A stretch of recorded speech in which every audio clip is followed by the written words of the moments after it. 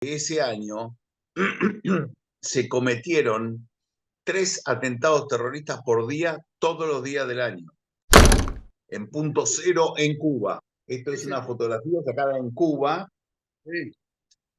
cómo Cuba exportó revolución.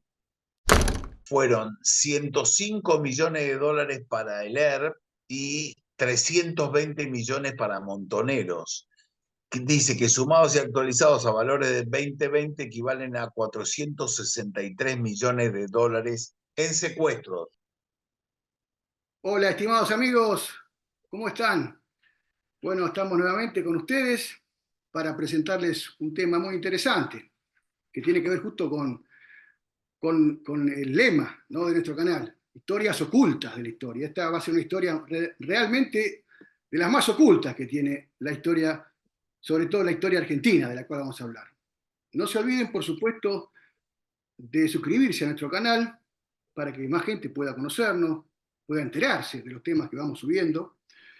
Compartir los programas, que es muy importante, comentar, y si están de acuerdo y les gustan, le dan un me gusta, por supuesto, eso también ayuda a que, bueno, el algoritmo pueda reconocer que es un programa interesante.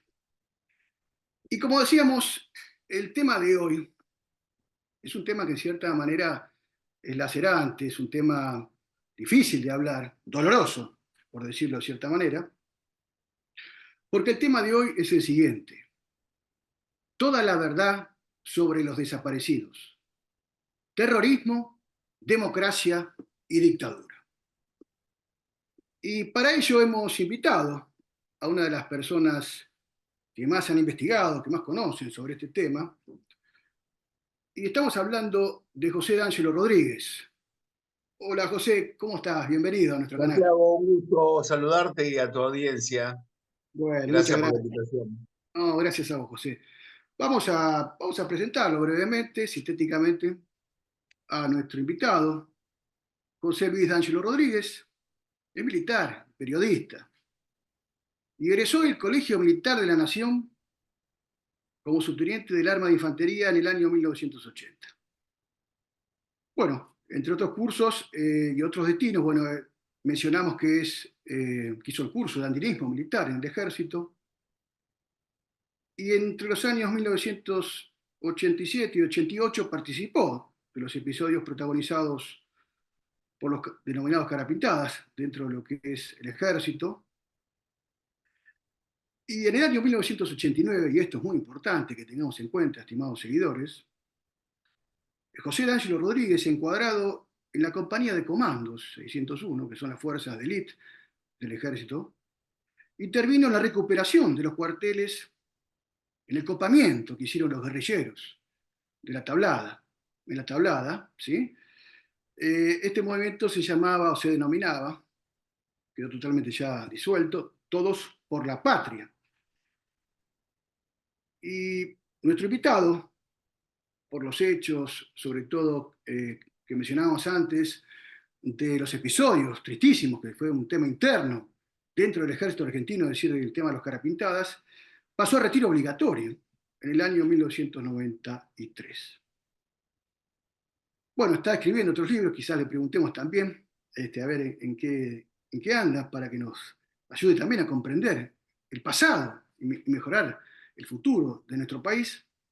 Y es importante mencionar que es miembro fundador de Argentinos por la Concordia Nacional, asociación que agrupa combatientes guerrilleros y miembros de las Fuerzas Armadas y a víctimas de ambos lados, de ambos bandos, llamémosle, que buscan superar en conjunto las secuelas de los violentos conflictos del pasado. Muy bien, así que ya sabemos el talante del invitado que tenemos hoy en nuestro canal. Para ir entrando en tema, entonces, José, ¿podrías contarnos un poco la persecución que sufrieron las Fuerzas Armadas aquí en nuestro país, en Argentina, a partir del advenimiento justamente de la democracia en el año 1983, y justamente la persecución a los militares, sobre todo por haber librado una guerra justa contra el comunismo y haber salvado, de hecho, que la Argentina caiga en una dictadura comunista. Sabemos que, bueno, justamente como dijimos recién, formaste parte de estos levantamientos que dividieron el ejército argentino. Nos gustaría que nos contaras un poquito, si puede ser, todo este tiempo que estamos mencionando. Bueno, como se puede ver, mi vida desde temprana edad estuvo signada por los acontecimientos políticos del país, porque estuvo signada por los años 70. Yo nací en el año 56, así que en el 76 tenía 20 años. Yo ingresé al ejército en el 75, lo explico rápido. Me anoté en el 75, me tuve que operar, por lo tanto recién me incorporé al ejército en el año 77, pero yo me anoté para ingresar en el 75, que tuve que operar de la rodilla para ingresar. Así que toda mi vida estuvo signada por los años 70 y hasta el día de hoy, porque hoy yo me dedico a lo que denomino el contrarrelato. Entiendo que se ha construido una sólida estructura, una monumental construcción cultural a la que llamaremos memoria, y entonces yo creo que es imprescindible mostrar las falencias de esa memoria y tratar de reemplazarla por la historia. Entonces, hace tiempo que me dedico al contrarrelato. Entonces, los años 70 influyeron en mi carrera, en mi vida, tanto así que mi carrera militar se decidió por eso. Yo decidí ingresar al ejército en el año 74/75, cuando la Argentina vivía una guerra civil. En ese momento yo tenía 15, 16, 17 años, 18 tal vez, y mataban a dos amigos de mi padre, el profesor Jordán Bruno Yenta primero y el profesor doctor Carlos Saqueri después. Así que eso también tuvo una enorme influencia y la Argentina vivía un proceso muy difícil. El año 1975 fue el año con la mayor cantidad de atentados terroristas en la historia del país. Si uno se toma el trabajo de expurgar las dos revistas de las organizaciones guerrilleras de la época más importantes, que son Estrella Roja del ERP, Ejército Revolucionario del Pueblo, y Evita Montonera de Montoneros, y toma nota de todos los hechos de violencia que en dos secciones específicas esas dos publicaciones enumeraban, va a llegar a la conclusión de que ese año se cometieron 3 atentados terroristas por día, todos los días del año. O sea, todos los días había 3 hechos de violencia política. Mire, yo voy a hacer una cosa no televisiva, no de streaming, que es esto que está acá, es uno de los 4 tomos de Ajá. una selección de noticias periodísticas,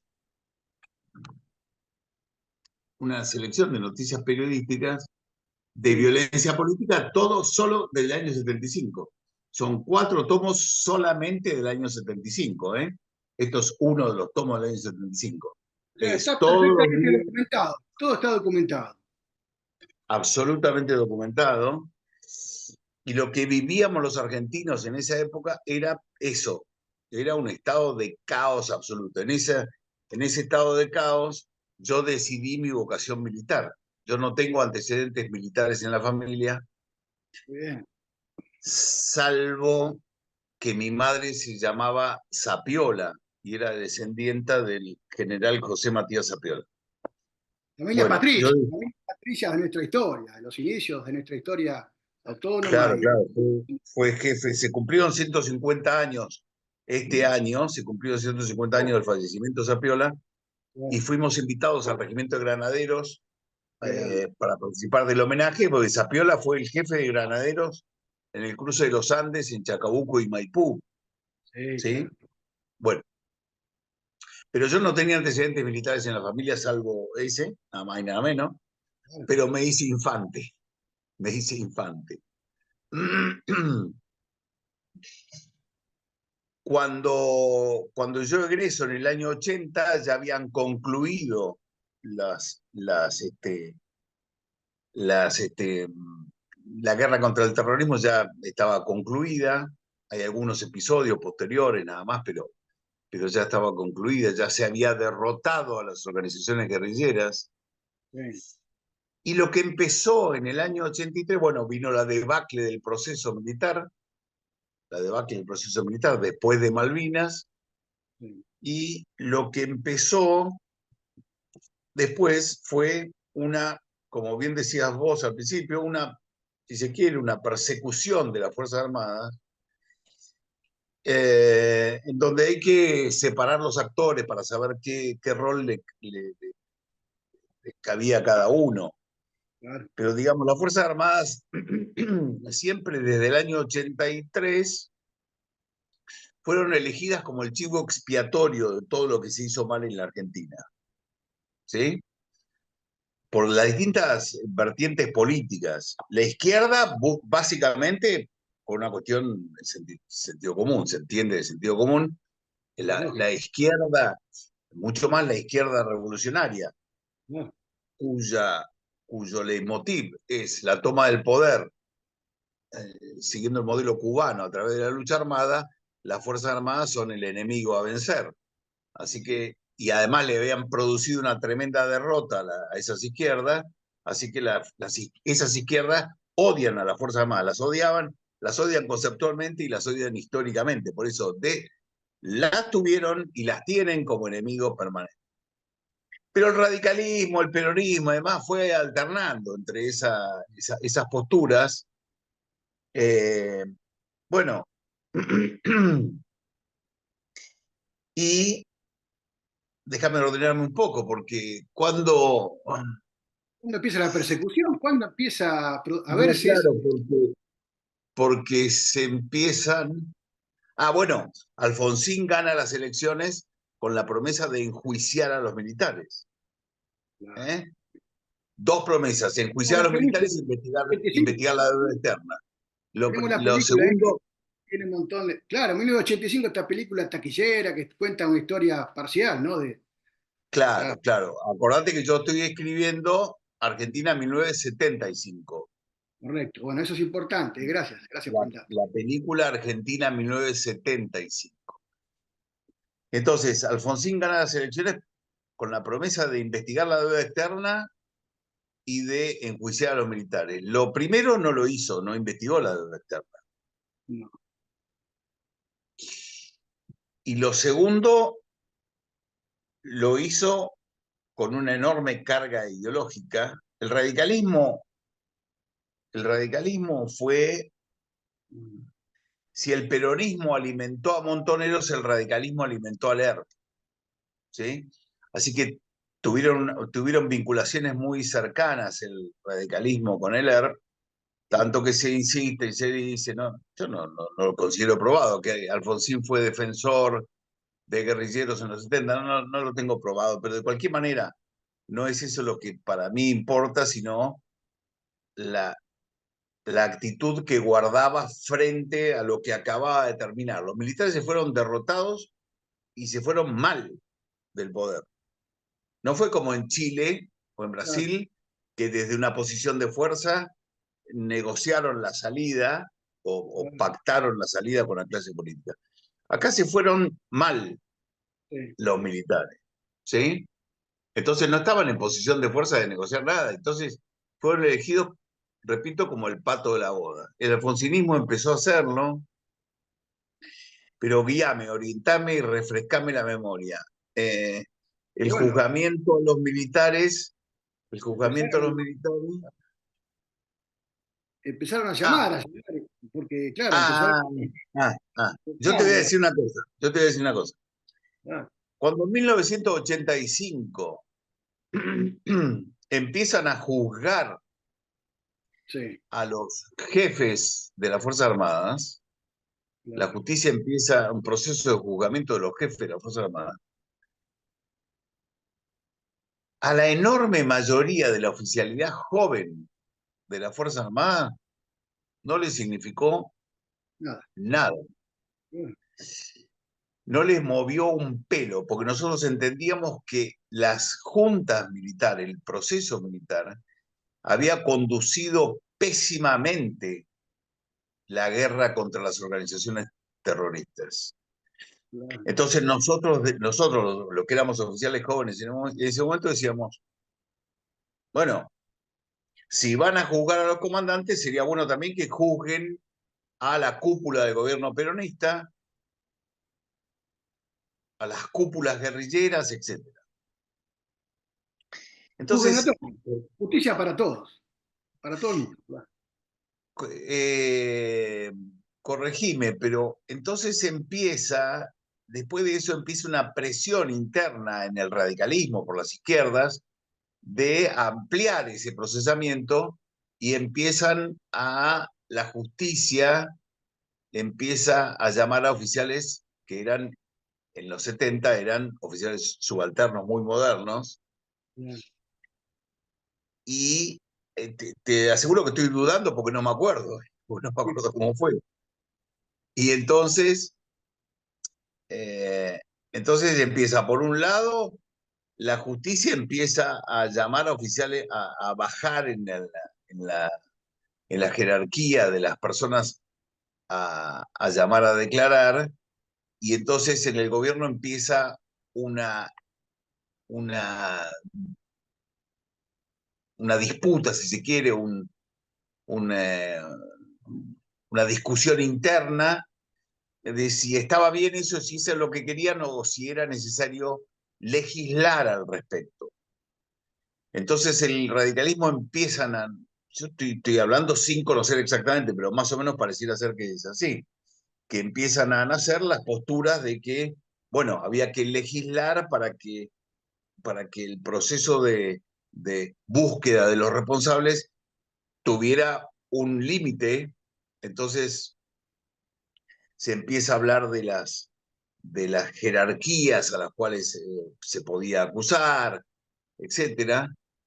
Eh, pero la cuestión es que concretamente en el año 87, 2 años después del inicio de los juzgamientos a las juntas, en el 87 son llamados a declarar personas que habían sido subtenientes o tenientes, como es el caso de Mona Ruiz y es el caso de Barreiro, que son los que movilizan a la gente, a los oficiales jóvenes, que sintéticamente, Santiago, lo que se puede decir que esos oficiales jóvenes decían es alto el fuego. Si van a llamar a declarar al subteniente Pirulo y al sargento Mengueche, que venga a declarar Juanita Montonera, Pepito Erpiano, y que venga a declarar también el peronismo. Correcto, No correcto. vamos a permitir, no vamos a permitir que se diga que todo lo que se hizo mal fue solamente producto del accionar de las Fuerzas Armadas, porque el conflicto severo, violento, empieza mucho tiempo antes y en su última etapa empieza con la asunción del gobierno peronista de Cámpora, con la rajada de Cámpora que hace Perón, etcétera, con la AAA, digamos, el conflicto es anterior. En esta última etapa del conflicto Claro. es anterior. Entonces, cuando eso sucede, la gente joven de las Fuerzas Armadas empieza a decir, no, alto, alto, alto el fuego, pará, hermano, ¿por cómo van a llamar a un tipo que era subteniente y que cumplía órdenes? Claro. Ese es el combustible de las sublevaciones carapintadas. Claro. Acuérdate que hubo 4 sublevaciones, 2 encabezadas por Rico, 2 por Señaldín. ¿Sí? Pero digamos, fue el motivo que empujó a los militares a sublevarse, a tomar el cuartel y a ver a pedir que se revean todas estas cosas, no fue, como se dice, un acto contra la Constitución, un acto, digamos, antidemocrático, No, un golpe de Estado, no, fue una cosa no, interna. no, después podemos discutir. Ah, Después podemos discutir si está bien, si está mal, etcétera, pero claramente no fue un levantamiento contra los poderes del Estado para derrocarlos. ah, Fue una protesta, este, ¿cómo se llama? Con métodos sí, internos, militares. reprobables, pero bueno, que fue lo que salió en el momento. Pero más que nada en Semana Santa, Santiago, ¿eh? Claro, sí, sí, por Porque después supuesto, en el resto de las celebraciones hubo otros condimentos que claro, que ya desdibujaron el origen del levantamiento, que lo desdibujaron.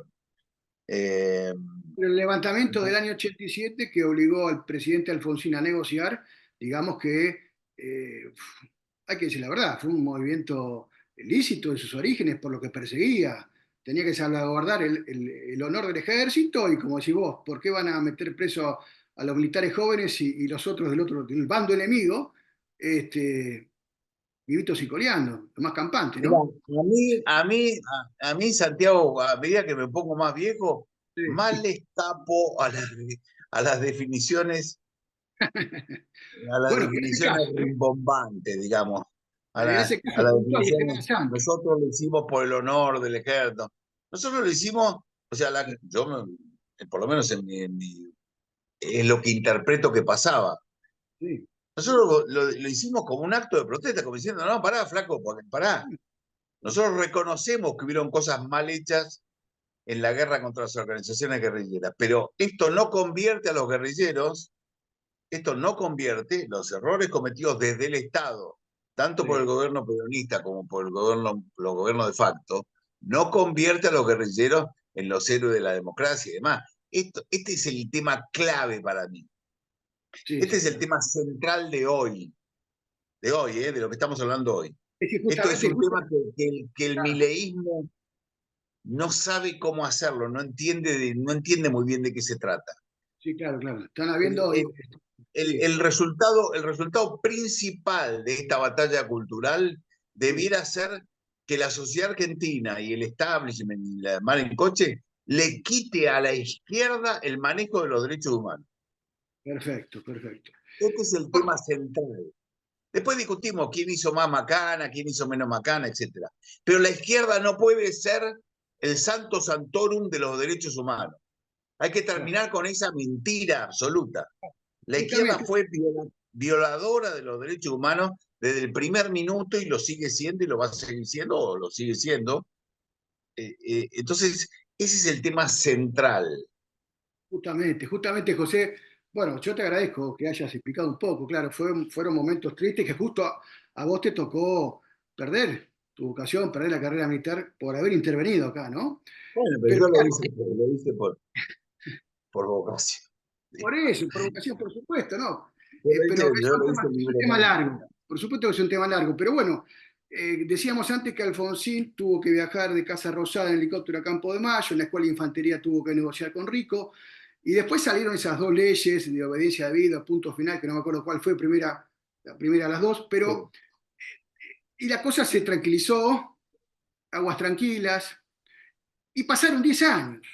Tuvieron que pasar 10 años después del gobierno del presidente Alfonsín, y aparece un nuevo gobierno, en este caso el que da inicio a la era kirchnerista con Néstor Kirchner, y este presidente es el que, justamente acá vamos a entrar de lleno, estimados amigos que nos están viendo en el tema que nos convoca, y es el presidente Néstor Kirchner que vuelve a la carga en la persecución contra las Fuerzas Armadas, derogando con total impunidad las leyes estas que hablamos, de obediencia debida y punto final que había sancionado el Congreso argentino y promulgado el Ejecutivo.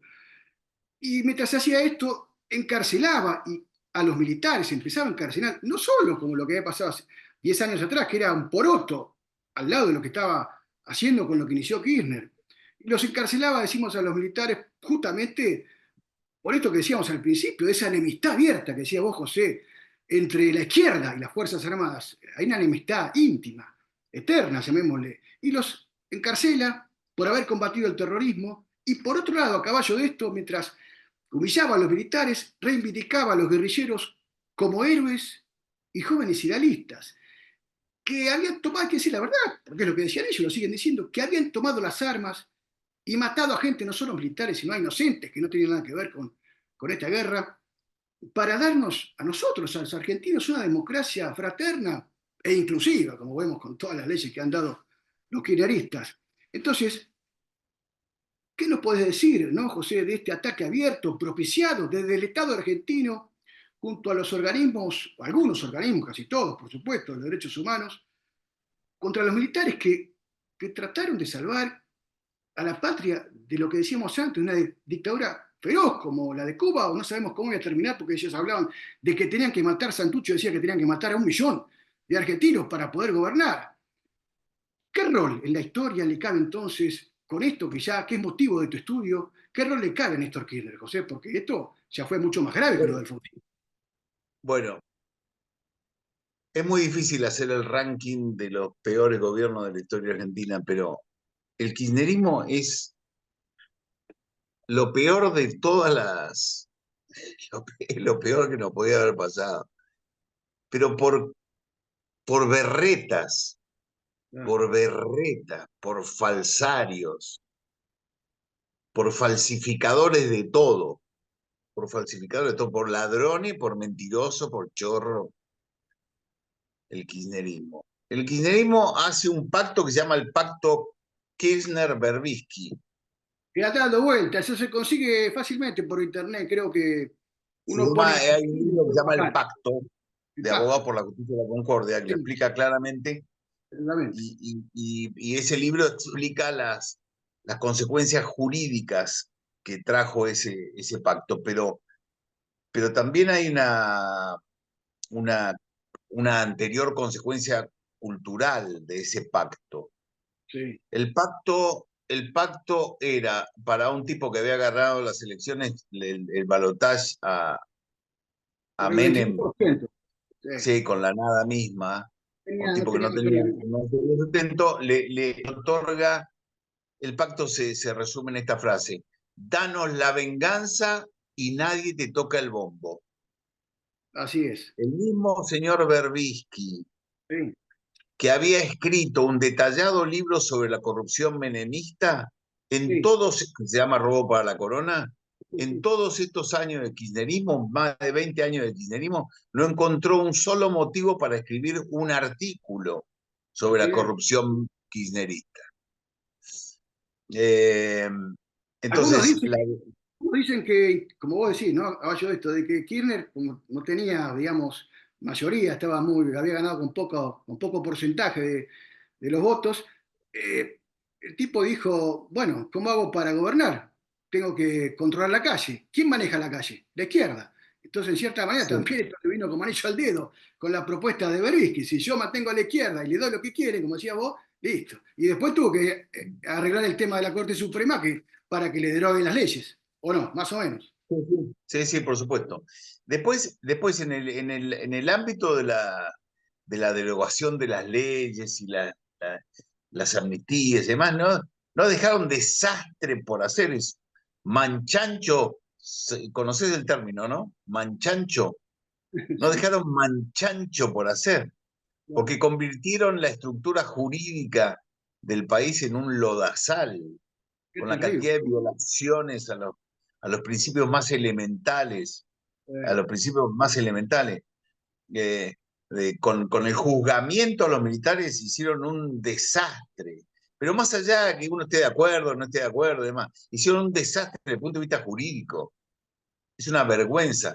Con la defección de la mayoría del Poder Judicial. La defección en todos estos años de la mayoría del Poder Judicial, de los que ocuparon cargos y ocuparon estrados de la magistratura en todos estos años, mirando para el costado con el desastre que hizo el kirchnerismo. Eso también Pero fue no quiero... un pacto judicial, ¿Cómo? entonces.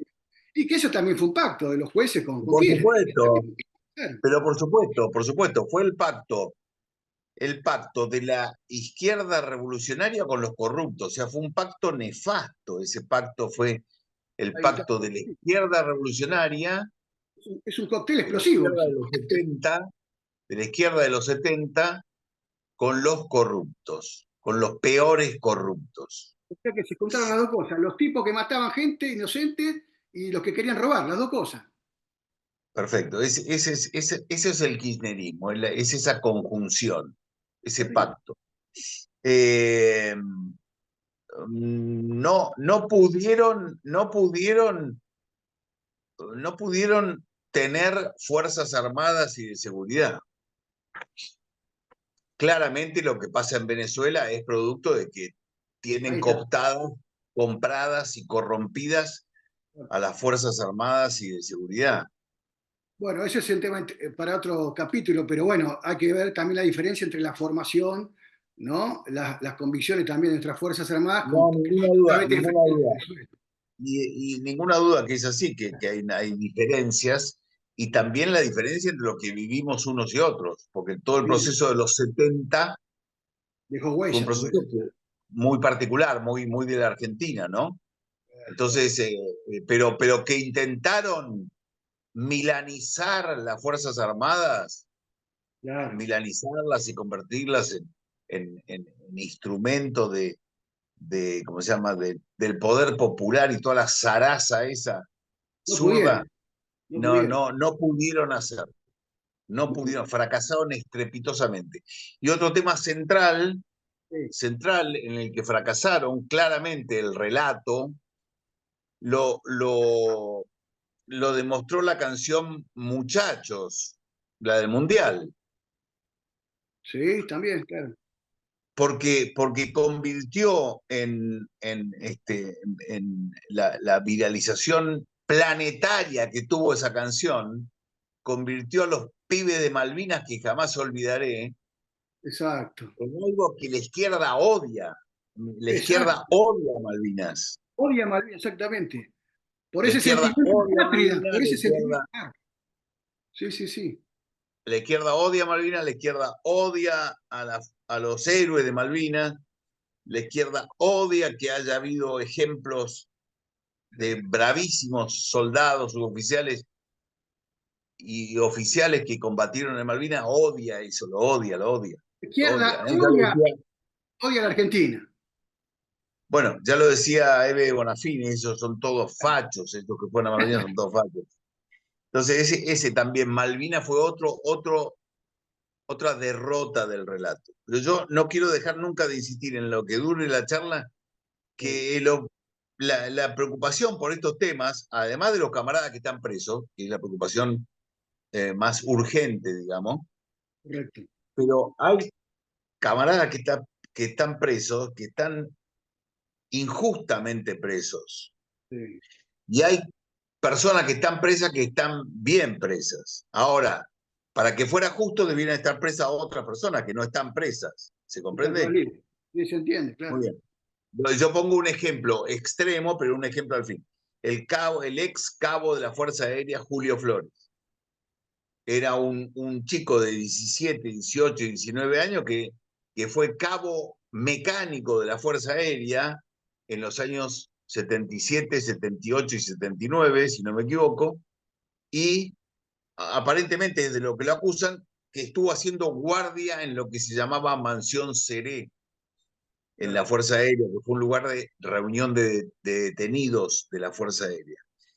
Imagínate, Santiago, vos, Sí. qué nivel de responsabilidad y de toma de decisiones podía tener el cabo mecánico con 18 años de la Fuerza Aérea. ¿Qué No, nivel de responsabilidad? Si para cambiar una resma de papel de un estante a otro tenía que pedir permiso a su superior inmediato. O sea, la nada misma. sí, Muy sí, sí. bien. Pasados 40 años, el tipo se fue de baja, a los 3 años se fue de baja. O sea, tuvo solamente 3 años en la Fuerza Aérea. Fue cabo, un cabo, se quedó cabo, un cabo. Cabo, fue cabo. Sí, Cabo, palabra corta y no sé qué otra cosa decía un poema. fue cabo. A los 3 años se fue de baja y se dedicó a la aviación civil, a ser Sí, mecánico de aviación civil. Tuvo una vida maravillosa, tiene una familia maravillosa, sí. salteña. Al término de 40 años volvía desde Indonesia, donde estaba prestando servicio en una compañía de aviación, volvía a Aeroparque y lo detiene la Policía de Seguridad Aeroportuaria y le dice, usted está detenido por delito de lesa humanidad. ¿Qué? Terrible, ¿De qué me terrible. habla? El juez Rafecas, el juez Rafecas lo acusó de 35 privaciones ilegítimas de libertad, tormentos, porque de esas 35 personas que teóricamente que estuvieron presas en Mansión Seré, Sí. solamente una decía sí, me parece reconocerlo al señor Flores como una de las personas que estuvo de guardia. ¿Se comprende? O sea que por haber estado de guardia hace 40 años en un lugar, al cabo Flores le metieron 25 años de prisión. Ahora, qué memoria, ¿no? La de la gente esta que se acuerda hasta el apellido, que está. No, pero Tiene es más 40 largo años. para explicar, es más largo para explicar porque Claro, por la supuesto. única persona de las 35 se llama Marcelo Guillermo Fernández, un militante montonero que se escapa de Mansión Seré y se Ahí está. radica en Francia. Sí. Se radica en Francia. Desde Francia, vía Zoom, en la instrucción de la causa, dijo textualmente, y está en el expediente, lo reconozco en un 50%. Solamente con ese 50% y con la sola declaración de Marcelo Guillermo Fernández alcanzó para que Rafecas procesara al ex cabo Julio Flores, lo procesara, Sí, sí. y en el juicio, ya con la Cámara Federal de San Martín, el señor Marcelo Guillermo Fernández, de nuevo desde Zoom, por Zoom desde Francia, dijo, no, ahora sí, 10 años después o 8 años después, dijo, no, sí, ahora lo reconozco en un 100%. ¿Cómo qué? Como un tipo que había estado de guardia. O sea, por haber estado de guardia, haber estado de guardia, a un cabo Sí. le pusieron 25 años de prisión. Horrible. Acá te voy a mostrar este artículo que es una nota que estoy escribiendo ahora. Sí. Ahí dice, liberóse a Lockwood y 3 terroristas fueron muertos. Esto es un financista, Charles Lockwood, de la financiera Roberts, que fue secuestrado por el ERP en 1900, 2 veces fue secuestrado, en el 73 y en el 75. En la primera pagó un rescate de 2 millones de dólares. En la segunda vez, cuando lo secuestraron, resulta que estaban buscando otras personas del ERP, la policía de la provincia de Buenos Aires, y cayó a un country en Pilar que se llama Mapuche. En búsqueda de por unas pistas, cayó a ese lugar. Y efectivamente en ese lugar, cuando se acercaron a uno de las casas, desde dentro de la casa, le abrieron el fuego, se armó un tiroteo tremendo, murieron 3 tipos, quedó herido un suboficial de la policía de la provincia que se llama el oficial inspector Ángel Murad, y adentro había una una chiquita, que estaba viva, gracias a Dios, ilesa, y descubrieron un túnel, digamos, una construcción subterránea, en donde había una cárcel del pueblo donde estaba el secuestrado. No lo buscaban a él, ¿eh? Estaban buscando, ¿hacia esa quién estaban buscando? Estaban buscando al soldado desertor Darío Krasnaski, que había sido el que 18 días antes o 12 días antes había participado de la emboscada en el tiro federal en donde mataron al capitán Keller para robar armamento. O sea, el ERP había Sí. robado armamento 18 días antes, bla, bla, bla, bla, bla. Todos estos 2 episodios, la muerte de Keller y el hallazgo de Lockwood, hicieron que hubiera detenidos y muertos. Ahí está. Los detenidos y los muertos, todos indemnizados.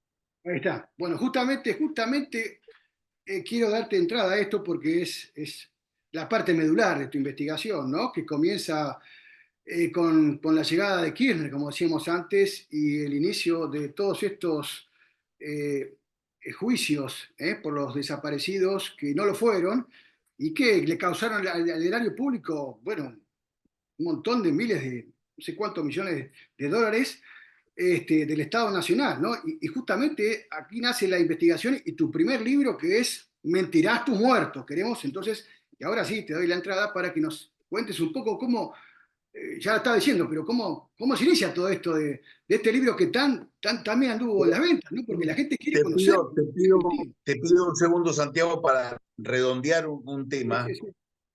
que es este tema central de que la izquierda, a la izquierda se le regaló el relato. A la Mirá vos. izquierda, el establishment le Sí, regaló el relato. ¿Eh? Nadie le disputa el relato y pareciera ser que la izquierda son los dueños de los derechos humanos con capacidad de subirse al púlpito y señalar con el dedo quiénes son los que violan los derechos humanos y quiénes no. ¿Sí? sí. Entonces hay un autor, que es el señor Martín Caparrós, en este libro que se llama Argentinismos. Martín Caparrós fue integrante de Montoneros y Lord es de Patria, un... Lord de Patria un también, sí. ¿Eh? Lord de Patria, que se dedica, vende de a miles de Bien, libros para las este novelas. muchacho, sí.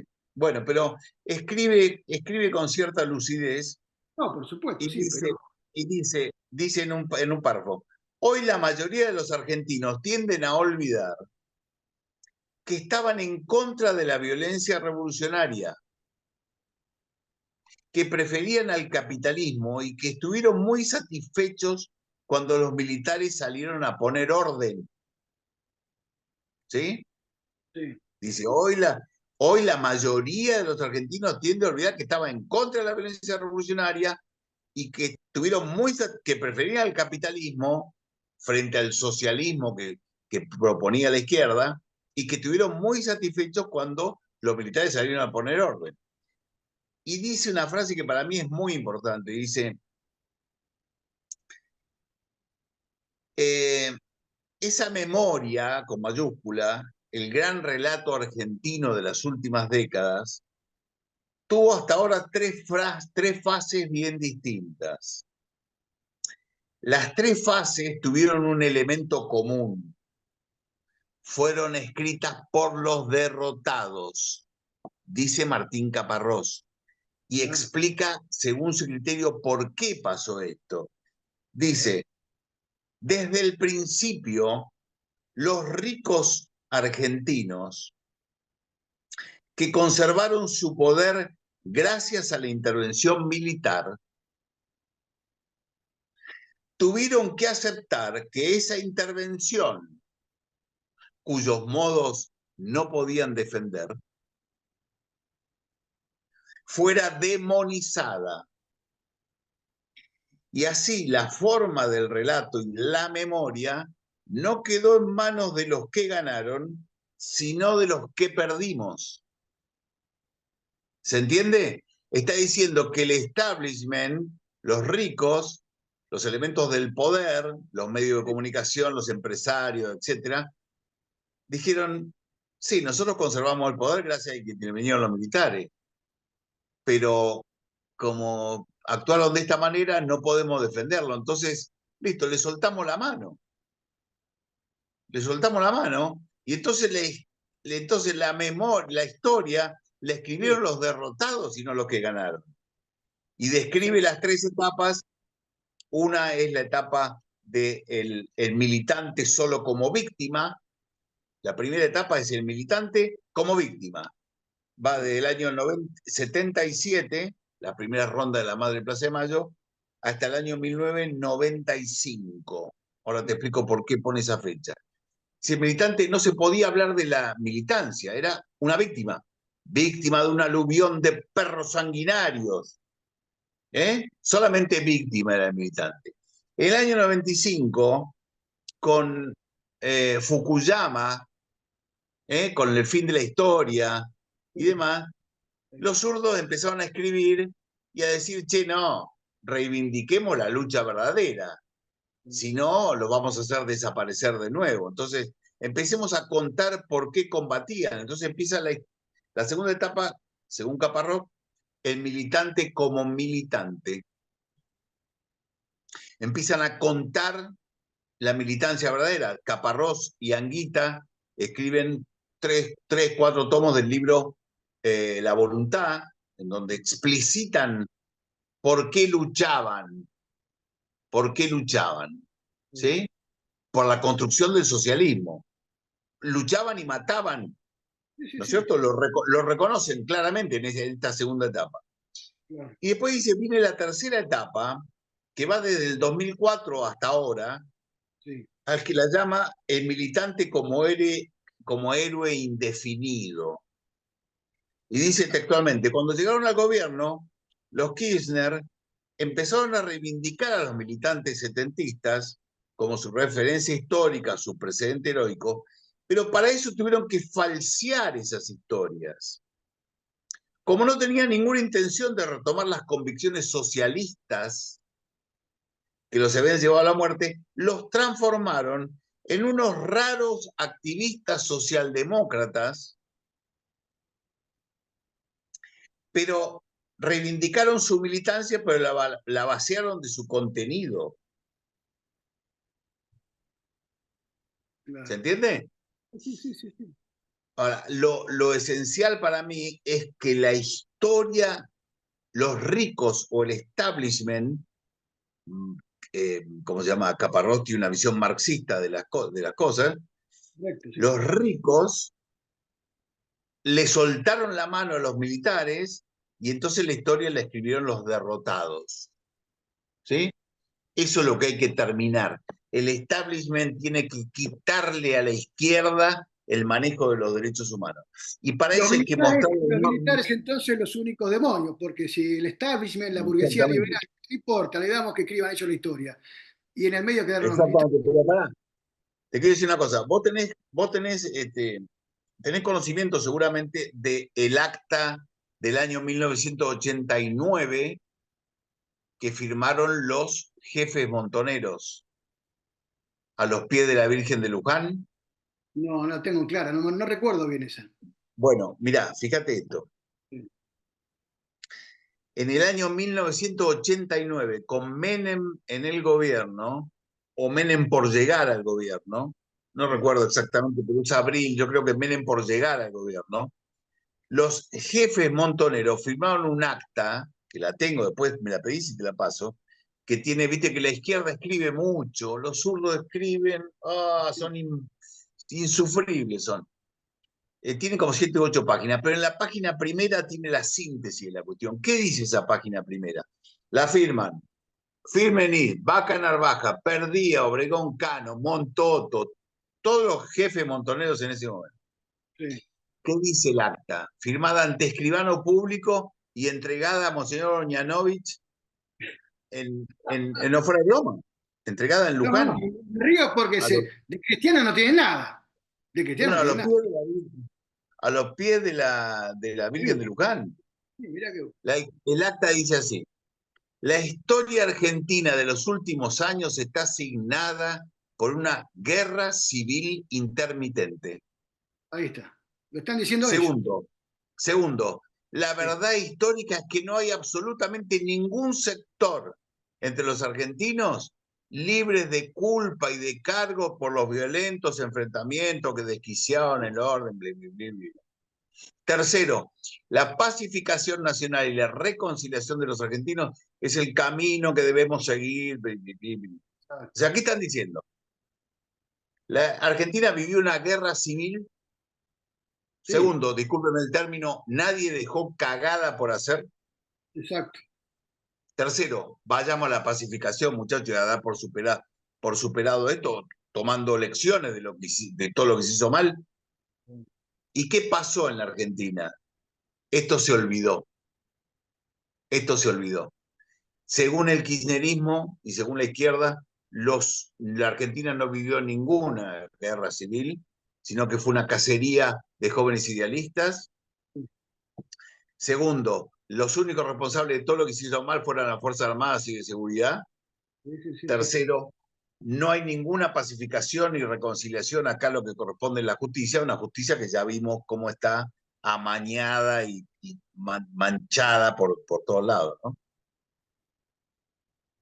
Pero también esto, hablando de guerra civil intermitente, que vos lo tratás también en este último libro que ahora vamos a hablar, eh, también acá hubo actores estatales internacionales, no solo Cuba, pero inclusive había muchos hombres de la guerrilla, de las organizaciones armadas, que eran extranjeros. Entonces quiere decir que también hubo cierta connivencia de estados contra la soberanía de la Argentina, ¿o no? Hay que decirlo.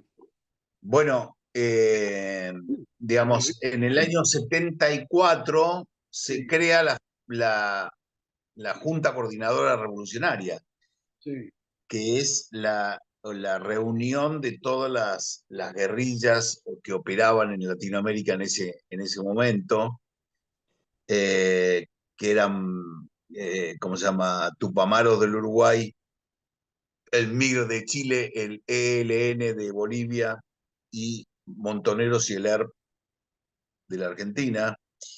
Más el ERP que Montoneros adhirió a la Junta Coordinadora Revolucionaria. Eh, y la participación de los estados, claramente, el principal estado que participa es Cuba, ¿no? Acá tengo este libro que seguramente conocerás, estos 4 tomos, de esta foto, que es sí. maravillosa, que tengo que buscarla bien, Ajá, que, sí, sí. que están Bacanar Baja, Quieto, Obregón, no, perdón, está Gorrerán Merlo, Mena, Santucho y demás, No, diez El Estado Mayor de la Zurda completa, claro. de los grupos guerrilleros en Cuba, en punto cero en Cuba. Esto Sí, es sí, una sí. fotografía sacada en Cuba, Sí, cómo Cuba exportó revolución, claro. cómo Cuba Un Estado agresor, exportó es un Estado revolución. agresor, es un Estado que intervino. No Ni- solo. ninguna duda porque financió, entrenó, cobijó eh, a las guerrillas. Acordate, por ejemplo, como un detalle anecdótico de color, la guardería montonera en Cuba, en Claro, donde los militantes montoneros combatían en la Argentina y dejaban a sus hijos en Cuba, entre ellos el último embajador argentino en China fue criado en esa guardería, Camilo Bacanar Baja, sí. ¿sí? Bueno, Ahora, pero José, te hago un paréntesis. ¿Cómo puede ser que el relato kirchnerista, que vos contabas que era la tercera etapa, la tercera fase que comentaba Caparrós, a partir del 2004 aproximadamente, cómo puede ser que presentaron a la sociedad como que estos tipos, los jóvenes idealistas, iban a traer una patria feliz, iban a instaurar, no sé, una democracia extraordinaria? La gente se traga el verso porque es todo lo contrario. son los medios de comunicación, Y bueno, Santiago, son los medios de hay que comunicación. revertirlo. Digamos, Claro, los medios de comunicación. Vos hace el establishment, ahí está, el ahí está. establishment. Hace pocos años había temas que era imposible que cualquier medio de comunicación masivo tratara. ¿Eh? Ahora, por las circunstancias políticas que vive el país, Sí, por la debacle de la clase política argentina producida hace poco tiempo y demás, produjo que algunos temas, algunos medios de comunicación empiecen a tratarlo, pero antes era imposible. Estaba absolutamente cerrada la posibilidad.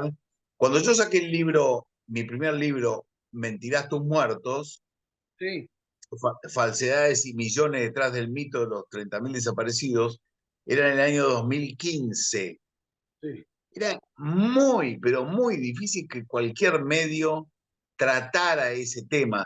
Yo se lo presenté al señor Lanata en la investigación. El señor Lanata no aceptó sacar el tema en su programa. claro, Se lo presenté a la editorial sudamericana, no aceptó ese libro, es un libro absoluta y totalmente documentado. Además es un libro que es una denuncia penal al mismo tiempo, ¿no es cierto? O sea, lo que yo digo en el libro lo denuncio penalmente en Comodoro Pi, que dicho sea de paso, esa investigación que está abierta todavía y que el juez Ariel dijo, ¿sí? Yo no sé sí. qué es lo que pasa, que este señor, que va a ser miembro de la Corte Suprema, aparentemente, no termina de resolver casos tan sencillos como el que yo le presenté de robo escandaloso. Me decía que este libro, la mentira, la Tu primera Mendigatos investigación. Muertos, Mendigatos Muertos, Sí, es sí. una investigación que además es una denuncia penal, que está en el juzgado del doctor Lijo del año 2015. 10 años No, casi, perdón, sí. 2019, perdón, 2019, Sí. perdón, 2019. Está hace 6 años. Y yo me pregunto, ¿tan difícil le resulta probar lo que yo le estoy dando todos los elementos para probar que ha habido una enorme cantidad de falseamiento y de robo de plata del Estado con los desaparecidos? ¿Puedo contar un ejemplo para que se entienda de qué estoy hablando? No, sí, sí, justamente que eso queremos saber y que nos cuentes que esa es tu Bueno, investigación. te cuento un ejemplo. Eh, a ver, Atilio Santillán. Sí, Atilio Santillán. Eh, para trabajar en lo que yo hago, yo leo, todas mis fuentes son fuentes de izquierda, ¿sí? perfecto. Así que me he leído todas las revistas, por ejemplo, la revista de Estrella Roja del ERP. Bueno, encuentro en la contratapa de la revista 2 días antes del golpe de 1976, o sea, el 22 de marzo de 1976, la revista Estrella Roja, no recuerdo el número ahora, en la contratapa saca con título Catástrofe, dice parte de guerra. Y dice, matamos al traidor y buchón del ejército, Atilio Santillán. Atilio Santillán era el dirigente de FOTIA, de los azucareros, Federación Obrero y Trabajadores de la Industria Azucarera. Sí. Un gremio fuerte en el norte argentino, pero que también tenía su sede en Capital Federal, así que un comando entró 2 días antes del golpe militar y lo mató en las avenidas, en las oficinas que tenían en la avenida de Rivadavia. Imaginarás que eso salió en la tapa de todos los diarios. Salió en la tapa de los diarios. Eso. Me acuerdo del diario de Héctor Timerman, el que fue canciller de Cristina. Su padre dirigía La Opinión, pero él dirigía el diario La Tarde, que era un vespertino, y Timerman publicó esa tarde, matan a Santillán, líder de Fotia, así en la tapa, ¿no? O sea que todos los diarios dieron noticia de eso. Claro, 2 días después vino el golpe y se olvidó la cuestión. Claro. La cuestión es que a las 2 semanas la revista Evita Montonera, perdón, la revista Estrella Roja saca esto que te decía yo. O sea, el hecho histórico es que fue un comando, lo mató, salió en la tapa de todos los diarios y 2 semanas después el ERP se adjudica la muerte. ¿Sí? Muy O bien. sea que estaba más que claro los motivos por los cuales habían. Clarísimo, clarísimo. ¿Qué hago yo con eso? ¿Qué hago yo con eso? No, para colmo, en el año 2016, formando parte también de mi investigación, leo un libro de Pablo Ansaldi, un Sí, historiador, Pablo Ansaldi, que se llama Los 70 Fondo, en donde lo entrevista al que reemplazó a Santucho en la conducción del ERP. Cuando el ejército mata a Santucho en 1976, sí. el que lo reemplaza es Arnold Kremer o alias Luis Matini. Entonces, muchos años después, Ansaldi lo entrevista a Kremer y hablando de Santillán, dice textualmente, yo estaba presente cuando Santucho dio la orden de matarlo. O sea que para mí no me quedaba ninguna duda de que había sido el ERP, ¿no es cierto? Había sido Entonces, ultimado por el ERP. Perdón. entonces, ¿qué hago yo con esa información? Yo ya sé que lo mató el ERP. ¿Qué hago? Me voy a fijar a ver si fue incluido en los listados oficiales de víctimas de la represión ilegal del Estado Ajá. con la finalidad de después pagar la indemnización. A ver, me voy a fijar. Para el que está escuchando, tiene que Sí, saber que hay 3 informes de esos listados de víctimas. El que todos conocemos es el Nunca Más, la CONADEP del año 84. Ese tiene un listado. Pero Sí. eso después fue modificado por el kirchnerismo en el año 2006. Néstor Kirchner saca un segundo listado que corrige al primero. No importa ahora, los números son menores que los del primero, pero no importa. Saca un segundo listado, el 2006.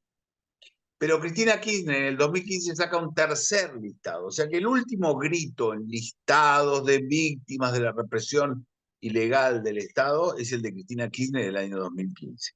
Entonces yo con la información de Santillán me voy a fijar al listado de Cristina Kirchner.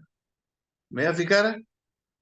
No, perdón, me voy a fijar al listado del 84. Primero, Santillán no estaba.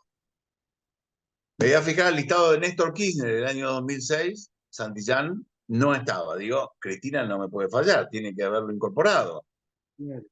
Me voy a fijar al listado de Cristina y no estaba Santillán. Bueno, listo, paso a otro tema, se acabó el caso. No, no fue puesto como víctima del Estado. Pero ¿sabes qué pasa? Que me voy a fijar a mis planillas Excel de pago de indemnizaciones y a Santillán, por Santillán sí se pagó. ¿Qué Increíble. quiere decir esto? Quiere decir que ni siquiera se gastaron en colocarlo como víctima del Estado, pero le pagaron a alguien como si fuera víctima del Estado. Hasta ¿Se desprolijos, comprende? hasta desprolijos en O la sea, forma o sea, no lo registraron como víctima del Estado, pero le pagaron como víctima del Estado.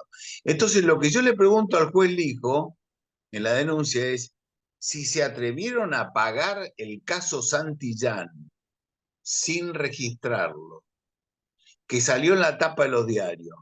¿A cuántos Juan Pérez le pagaron que no sabemos ni sabremos nunca quiénes eran y si se le pagó o no se le pagó? increíble. ¿Se comprende? Y más o menos, Bueno, ¿cuántos fueron los casos que pudiste llegar entonces a investigar y no, no, cuántos pero fueron? lo que pasa, Santiago, es que, es que yo te estoy mostrando los casos testigos, digamos. Más Porque grueso, claro. lo que yo pido es lo que ahora anunció el gobierno de Milei A a ver, través del ministro Cuño Libarona y a través del secretario de Derechos Humanos Alberto Baños, sí. que es que van a investigar todas las indemnizaciones. Ah, bueno, bueno, ¿Se comprende? sí. Entonces, por primera vez en la historia, un, un gobierno dice, voy a investigar cómo se pagó, porque antes era un santo santorum donde no se podía ingresar. Claro. Nadie tenía derecho a acceder a esa información.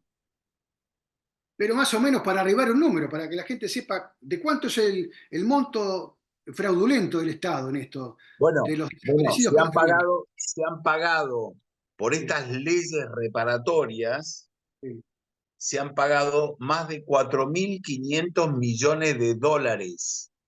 a la pucha. Más de 4.500 millones de dólares en indemnizaciones, Lo pagó sin todo el pueblo. control, sin control. ¿Cómo puede ser que los terroristas que fueron abatidos Sí, en el mismo lugar donde lo tenían secuestrado a este señor Lockwood, los terroristas que fueron abatidos en ese lugar, alguien, no sé si los familiares, haya cobrado una indemnización como si hubiera sido víctima de la represión ilegal del Estado? Si fue durante un gobierno democrático, fue porque formaba parte de una banda que estaba ilegalizada por el gobierno constitucional, habían cometido un secuestro extorsivo, se enfrentaron a tiros con la policía y nosotros le pagamos una indemnización. Esta locura que te acabo de contar sí. es lo que hay que investigar. Y más o ¿Se menos el comprende? monto promedio de cuánto es lo que le pagaban a cada uno de los que inventaban. Promedio. Hay no, a los muertos y desaparecidos se les paga lo mismo. A los familiares de los muertos y los desaparecidos se les paga según la siguiente cuenta. El sueldo más alto de la administración pública nacional multiplicado por 100. Claro. el sueldo más alto de la administración pública nacional multiplicado por 100. Mm. ¿Se comprende? Sacá Sí, las sí, cuentas vos, calculá cuál puede ser hoy el sueldo más alto de la planta permanente de la Administración Pública Nacional, secretario de Estado, ponele, claro. cuánto puede ser ese sueldo, el sueldo más alto, y multiplicado por 100. Eso es lo que se le paga. Y después la otra ley reparatoria es la que ordena pagar a los que hubieran estado detenidos o exiliados. Vamos a simplificarlo por el gobierno militar. Sí, Entonces yo denuncié casos como los siguientes. Investigando, yo me meto, buscando fuentes, me meto en el sitio del Ministerio Público Fiscal Argentino. En el sitio oficial del Ministerio Público Fiscal Argentino. Y encuentro un link que dice Plan Cóndor. Me meto y encuentro otro link que dice Víctimas Uruguayas. Entonces me meto y encuentro 25 historias que tienen, Santiago, en común lo siguiente. Está hablando de todas personas que están vivas. Está hablando de esas 25 personas que son uruguayas o uruguayos. Está hablando de historias que cada una de esas historias hacen concluir que esas personas en julio del 76 se encontraban en Buenos Aires. sí. No me interesa si eran jugadores de bridge o jugaban al polo o eran terroristas, no me interesa. Te estoy diciendo lo que se lee en este sitio oficial. Estoy hablando que todas fueron detenidas por autoridades argentinas, que todas pasaron por Automotores Orletti, que era un lugar de reunión de detenidos de aquellos años, que todos cobraron, según lo que cuenta el sitio oficial, y que todos fueron trasladados al Uruguay, algunos a la semana, otros al mismo día, otros, ninguno excede el mes acá en la Argentina. Y en el Uruguay cada uno tuvo una suerte distinta. Algunos fueron condenados a 5 años de prisión, otros fueron condenados a 3 años de prisión, otros fueron condenados a 3 meses de prisión, etc. Eso es lo que cuenta este lugar. ¿Qué crees que puede haber pasado? Sí, el Pasaron por esa. Estado argentino les pagó indemnización a estos uruguayos por los años que estuvieron presos en el Uruguay por disposición de la justicia uruguaya, no por los días que estuvieron presos en la Argentina por disposición de las autoridades argentinas. ¿Se comprende? O sea que en vez de cobrar la indemnización por los 7 días, 8 días, 15 días que estuvieron presos en la Argentina, cobraron por los 3 años, 5 años, etc. Entonces, en vez de cobrar 80.000 pesos, cobraron 25 millones de pesos, 32, 64 millones de pesos. Esto es una cosa de loco, da la sensación de que habían equipos especiales para hacer todas estas cosas terribles, No Fradure. te quepa ninguna duda. Sí, No te quepa ninguna duda, era un coto claro, de casa. Era un esto es- coto de casa. ah. Ahora, en toda esta historia, José, lo que queda bien en claro es que hay un verbo que se repite, que fue bandera del kirchnerismo, que es el verbo mentir. Justamente están investigados por vos para sacar a la luz la verdad histórica, ¿no? Pero para hacer un poquito de historia, nos viene a la memoria, vaya estos dos términos, ¿no? La muerte heroica del soldado Luna, ¿no? De un soldado conscripto allá en el Regimiento de Infantería de Monte 29, en verano del año 75, en plena democracia, que murió heroicamente y que justamente les dijo a los guerrilleros cuando estaban en el cuartel, aquí no se rinde nadie, mierda, les dijo. Y por supuesto los arrebataron con una metralla y lo mataron al soldado Luna. Pero del soldado Luna nadie se acuerda, ¿no? Es decir, pero lo que no entendemos es cómo se puede hacer para revertir todos estos años, ¿no? Revertir años de odio, de persecución, de humillación, que no solo es contra las Fuerzas Armadas, Fuerzas de Seguridad y Fuerzas Policiales, sino que acá también están involucradas el daño que hicieron con la muerte, mutilación y asesinatos de miles de civiles, ¿no? Justamente por estos jóvenes idealistas. Y nos viene me recuerdo también una frase que dijo Eve de Bonafide una vez, mis queridos guerrilleros, le dijo en un colegio allá en la Patagonia, no recuerdo en qué provincia, que provocó un escándalo hace bastantes años, en época kirchnerista, pero ellos claramente lo decían. Es decir, la pregunta es, José, ¿se puede mentir todo el tiempo? Bueno, el segundo libro que escribí se llama La estafa con los desaparecidos. Acá está, Ahí este está. libro muy importante, se lo recomendamos a todos nuestros La seguidores, sobre estafa, todo fíjate, para que... Santiago, que dice la estafa con los desaparecidos, no dice la estafa de los desaparecidos. Ahí está, ahí están viendo la estafa con los desaparecidos. Exactamente, porque yo Mentiras y tengo, millones. yo jugaba al rugby, El prólogo, yo jugaba al disculpame, rugby, para que se vea, disculpame, el prólogo es de el actual está director de perfecto, la Escuela de Inteligencia, ¿no? Va a ser es el exactamente, director de la Escuela de Inteligencia Nacional, el Tata Joffre. exactamente. Yo jugaba al rugby cuando era chico, en Regata de Bellavista, donde me crié, Bien, sí.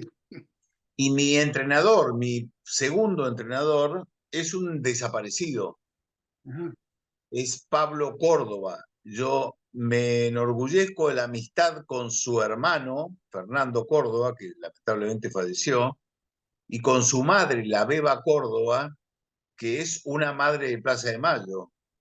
sí. Y ella cobró la indemnización por Pablo porque efectivamente es un desaparecido. Entonces yo no me opongo No, no, a no. esa indemnización, yo me opongo a la mentira. Por eso el libro se llama Mentiras y Millones, el subtítulo es Mentiras y Mentiras, acá Millones. está, mentiras y millones. Justamente el tema es con los que han mentido, con los que han falsificado la Exactamente, historia. exactamente. Y como decías vos muy bien, la mentira es una palabra esencial del fenómeno cultural kirchnerista, es la mentira como herramienta política, la mentira como es fundamental, ellos han mentido desde el inicio, Han han mentido y mentido. Así que, han robado millones, ¿no? Claro. pero vuelvo a ¿cómo se llama? A Hermindo Luna. Hermindo Luna, sí, justamente. Hermindo Luna, Yo la conozco mucho a Jovina, claro. sí, sí, la extrañamos mucho a Jovina, su hermana, sangre formoseña, una tremenda mujer, Una una guerrera. luchadora y una claridad absoluta y una paz en el corazón para una mujer muy cercana a Dios, Eh, eh, casada con mi amigo Roberto Guerrero. Y eh, ellos se fueron jóvenes de Formosa y se radicaron en Bragado, de en Buenos Aires, Mechita, en la provincia de Buenos Aires, al lado de Bragado. claro. Entrañable, personas que han hecho muchísimo, muchísimo, y que sigue haciendo, tanto Hermindo como Jovina del Cielo siguen dando una mano para que no nos roben el pasado, no nos cambien el pasado para robarnos el futuro, porque es claramente una herramienta política, ¿no? Esto. Sí, Y ¿cómo se llama? Las izquierdas que utilizan esta herramienta, ellas, digamos, el objetivo es permanentemente, y esto lo vimos con el kirchnerismo, que lo patentó en una frase que decía, no hay que criminalizar la protesta.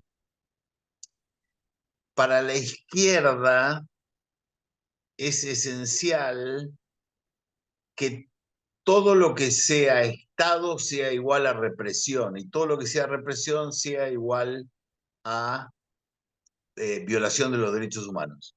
el verso de Esto siempre, por supuesto, claro, el cliché de es, siempre. esto es esencial para las izquierdas en su lucha política, por supuesto que no en los países que gobiernan, no en los pocos países que gobiernan, que lo hacen a partir de la violación de los derechos humanos. Para la izquierda, siempre el Estado es represión y siempre la represión es violación de los derechos humanos. O sea que siempre la represión es ilegal. ¿Eh? Todo es ilegal. Entonces, desarmar la Fuerza Armada, desarmar la Fuerza de Seguridad, han permitido el setentismo el setentismo y el garantismo han permitido que los argentinos estemos inermes frente al delincuente, inermes frente al delincuente y sin defensa frente a las apetencias extranjeras. Entonces han destruido a las Fuerzas Armadas y han destruido o han dañado a la fuerza de seguridad, ¿no? Ahora, ¿qué hubiera pasado con este establishment que justamente vos decías hace un rato? En cierta manera le abrió el terreno, le dejó abierta la cancha a la izquierda. Estos que coquetean y siguen coqueteando, y hay periodistas también que hablan mal de los militares y los humillan. ¿Qué hubiera pasado si hubiera ganado la izquierda, si hubiera tomado el poder? Todos estos periodistas que hablan tan mal, que denostan de las Fuerzas Armadas y demás, ¿estarían vivos? Porque ellos decían que, Santucho decía que tenía que fusilar a 1 millón para poder gobernar tranquilo.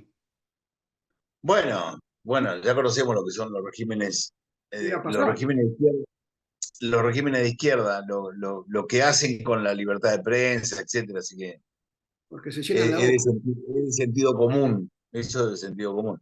Pero sabes que estudiando este caso de Lockwood, porque estoy escribiendo un artículo que se va a Sí. llamar algo así como secuestros extorsivos financiados, secuestros extorsivos recompensados por el Estado. Secuestro extorsivo recompensado por el Estado.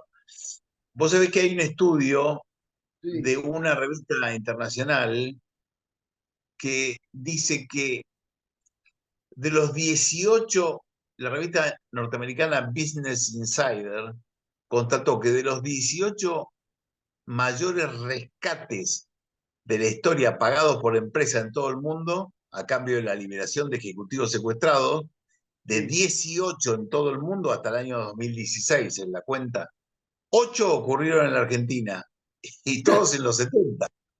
Mirá vos, qué terrible, ¿no? La Y, gravedad del asunto y el que número pasó. uno es el secuestro de los BOR. El número uno es el secuestro de los BOR. 60 millones, ¿no?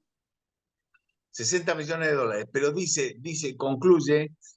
dice que en dólares de 2012, yo no sé por qué saca la cuenta en 2012, fueron 105 millones de dólares para el ERP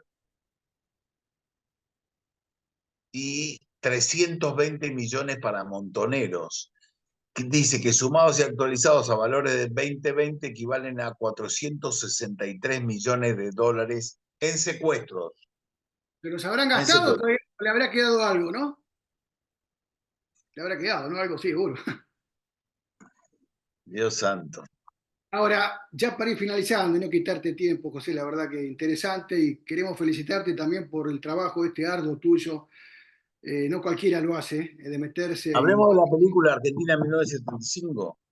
bueno, estamos esperando, sí, estamos esperando que salga ese documental que está preparando, pero te queríamos decir que da la sensación, se lo está viendo, que hay con el nuevo gobierno hay como una cierta revalorización del papel y del lugar que le cabe a las Fuerzas Armadas en toda esta historia, ¿no?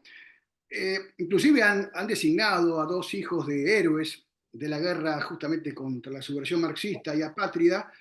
Eh, Estamos hablando de 2 héroes que han sido eh, ultimados, muertos, digamos, por organizaciones guerrilleras, concretamente la hija del coronel Ibarzábal y el hijo del coronel Larrabure.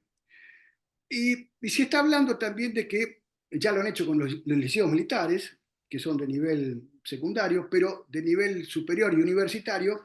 ¿Pensás vos que en algún momento se van a hacer cambios en las currículas y se van a introducir estos temas tan candentes que tenían prohibido los militares hablar? Justamente, como decías, que eran temas tabú. Bueno, en el ámbito castrense, mucho peor. Pero ojalá que algún día se cambien, porque el gobierno tiene 4 años, que se cambien y se revean los contenidos curriculares para que los más jóvenes, que conocen poco, hay que decir la verdad, inclusive los jóvenes de nuestras Fuerzas Armadas, policiales o de seguridad, para que se den cuenta y conozcan la verdad. ¿Vos pensás que puede llegar a introducirse este cambio en la parte educativa de los institutos de formación como de los institutos de perfeccionamiento de las Fuerzas Te voy Armadas? a contestar, te voy a contestar como el vocero presidencial. Sí, Y poner fin, tenés que poner fin. Bueno, Sí, fin. No, en serio, yo creo que sí, creo que sí. ojalá. Además, bueno, no, nos ha producido una enorme alegría esto que contás de Silvia Berzábal y Arturo Larraure, dos personas que han luchado muchísimo por la verdad histórica. Y fíjate que vos lo decías al principio también, me parece, que la izquierda, vos sabés que estoy leyendo Sí, este autor que es muy interesante, que es Sergio Bufano. no lo conozco, no lo Sergio, conozco. Sergio Bufano es el Mostrá de vuelta el nieto, libro porque no se vio. Mostrá de vuelta el libro, ¿eh? este es La balada de los muertos, de Sergio Bufano, y este es Apuntes de un hereje. Ujú. Este Sergio Bufano es nieto del poeta mendocino, yo entiendo que se llama Sergio también, Bufano. Vos sabés que el Instituto del Verbo Encarnado tiene un colegio secundario que se llama Bufano, por el Ah, sí, abuelo sí. de este muchacho. Ah, sí, sí, conocía al Gufano, pero no sabía que era el abuelo de este autor. Sí, Ah, mirá vos. este muchacho militante guerrillero del ERP, En todas las el familias son. Bufano este, En el las Bufano mejores este. familias de todos lados. Se llega a levantar el abuelo de la tumba y lo... Claro, qué grande. Bueno, pero, Bueno, mira, pero el tipo hace una autocrítica, una crítica a los 70 muy interesante. Yo creo, yo si me ponen a firmar el acta del año de los montoneros, yo la firmo, ¿eh? ¿vos la firmás? Sí, yo la firmo. La Y historia se ve. argentina de las últimas décadas está asignada por una guerra civil intermitente. La Sí, verdad histórica es que no hay absolutamente ningún sector libre de culpa y de errores por lo evidente. O sea, todos hicimos desastre, sí, todos se hicieron desastre, todos hicieron desastre. Los militares, al seguir haciendo lo que venía haciendo el que venía haciendo el peronismo, sí. la cantidad de desaparecidos, de personas desaparecidas, se ha inventado muchísimo, con el número. Nosotros estamos Sí, trabajando en un proyecto que se llama Proyecto Big Data, sí. que está colocándole la camiseta de combatiente a cada uno de los desaparecidos o muertos oficiales. Y hay una enorme cantidad de mentiras y cosas. Ya algún día vamos Ah, a dar a conocer esos números reales, pero, pero digamos, nadie puede estar de acuerdo con la desaparición de las personas, claro. ¿sí? Porque eso es el Estado que no se hace responsable de lo que tiene que hacer y entonces dice, yo lo meto preso y vos lo liberás con la amnistía del 73, por ejemplo. ¿Sabes lo que hago? Directamente te lo mato, lo tiro de un sajón y que se entere Pirulo. Claro. Eso empezó a ser el peronismo. El peronismo empezó a desaparecer gente o a matarla a los tiros en la calle. Pero en una guerra civil, viste, el desastre viene por todos lados, Sí, sí, sí, sí, sí. Hay daños colaterales en todas las guerras sucede eso. Eso es algo en toda la guerra. terrible. Por acá nosotros Bueno, queremos recomendar nuevamente el libro de José D'Angelo Rodríguez, La estafa con los desaparecidos, Mentirás y millones. Y la última pregunta es cortita y al pie, como en el fútbol. Eh, Falta mucho, José, para que se sepa la verdad y se castiga a los responsables de este daño al erario público de la Argentina. bueno, estamos en un buen camino. Pasaron 25, 30 años de silencio absoluto. Yo creo que este gobierno ha prometido algo que es en este sentido muy auspicioso e inédito. Se han metido con un santo santorum de la izquierda, como es todo este tema de los desaparecidos y demás. Así que yo tengo esperanzas de que durante este gobierno nos acerquemos bastante a la verdad. Así es. Bueno, José, muchísimas gracias por el tiempo que nos diste y bueno, a Al nuestros contrario. seguidores, nos vemos en un próximo programa y no se olviden de suscribirse para los que llegaron un poco más tarde.